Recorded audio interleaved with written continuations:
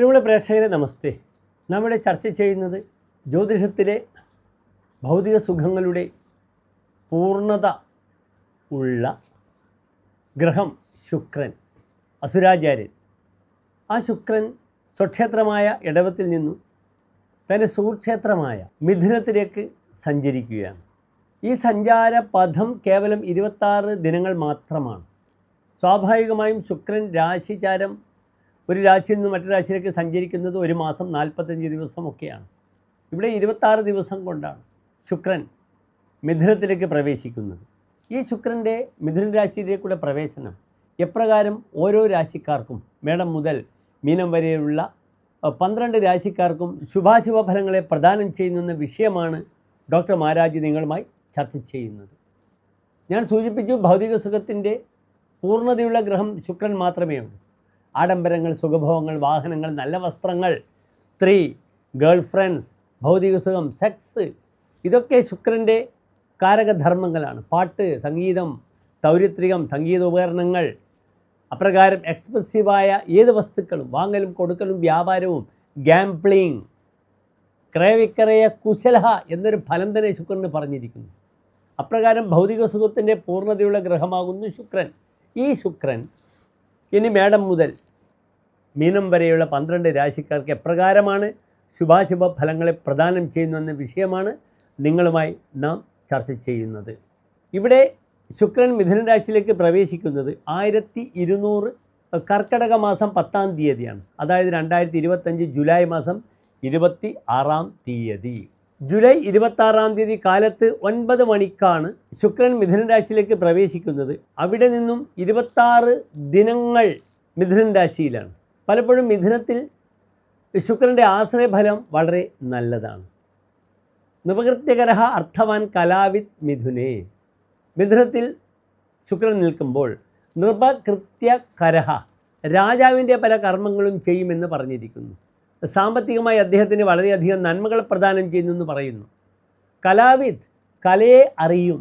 കലയെ അറിയുന്ന രാശിയാണ് മിഥുനൻ രാശി. ഗേയവാദ്യകലാസു നിപുണഃ, പാട്ടും കൂത്തും കലകളിലും നൈപുണ്യം പ്രകടിപ്പിക്കുന്ന രാശിയാണ് മിഥുനൻ രാശി.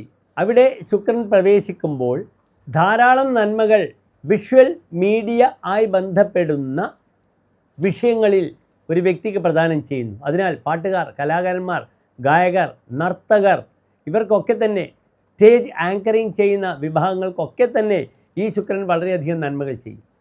പലർക്കും ശുക്രൻ വളരെ ശക്തമായി നിൽക്കുന്ന ശുക്രൻ പലപ്പോഴും ലോട്ടറി ലക്ക് വരും. ഉദാഹരണമായി കന്നിരാശിക്കാർക്ക് ഭാഗ്യാധിപനായ, ധനാധിപനായ ശുക്രനാണ് 10-ാം ഭാവത്തിൽ നിൽക്കുന്നത്. ധാരാളം കാശ് വരും. ഗാംബ്ലിംഗ് പ്ലാനറ്റാണ്. ലോട്ടറി, ഊഹക്കച്ചവടമൊക്കെ ചെയ്യുന്ന ശുക്രൻ ധാരാളം നന്മകൾ പ്രദാനം ചെയ്യും.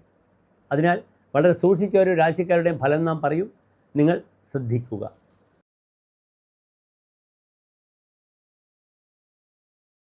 മകംപൂരം ഉത്രം നക്ഷത്രത്തിൻ്റെ ആദ്യത്തെ 15 നാഴിക വരുന്ന 2.25 നക്ഷത്ര സമൂഹം. ഇവിടെ ചിങ്ങൻ രാശിക്കാർക്ക് ശുക്രൻ നിൽക്കുന്നത് ഏറ്റവും നല്ല ഭാവത്തിലാണ്, 11-ാം ഭാവത്തിലാണ്. അവിടെ ഇന്ന് വ്യാഴവുമുണ്ട്. അതിനാൽ ഈ ശുക്രൻ കർമ്മമേഖലയിൽ ധാരാളം നന്മകൾ പ്രദാനം ചെയ്യും. സഹോദര ഗുണം കൂടും. സഹായികളെ കൊണ്ട് വളരെയധികം നന്മകൾ ഉണ്ടാകും. അവരെ കൊണ്ട് ലാഭമുണ്ടാകും.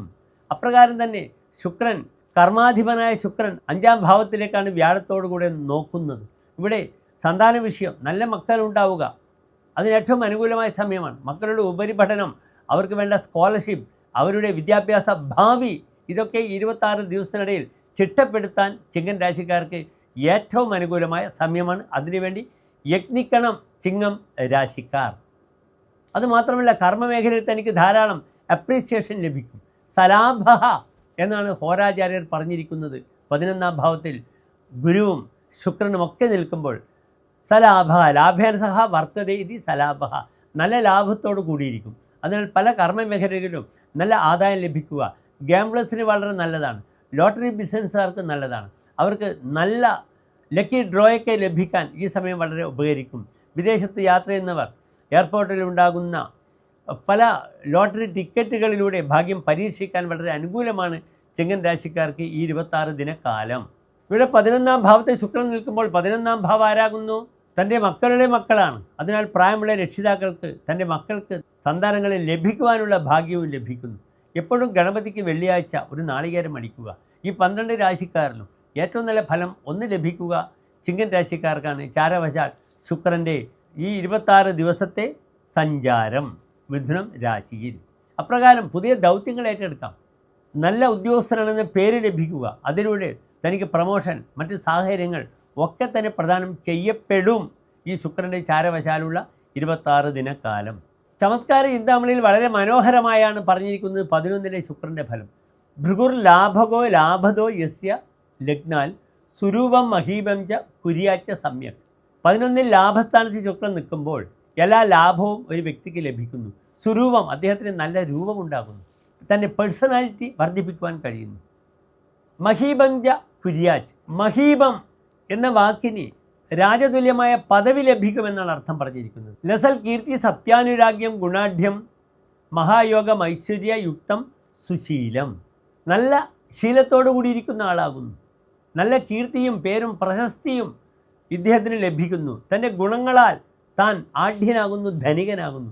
സദ്ഗുണങ്ങളാൽ തനിക്ക് വളരെയധികം നന്മകൾ പ്രദാനം ചെയ്യപ്പെടും.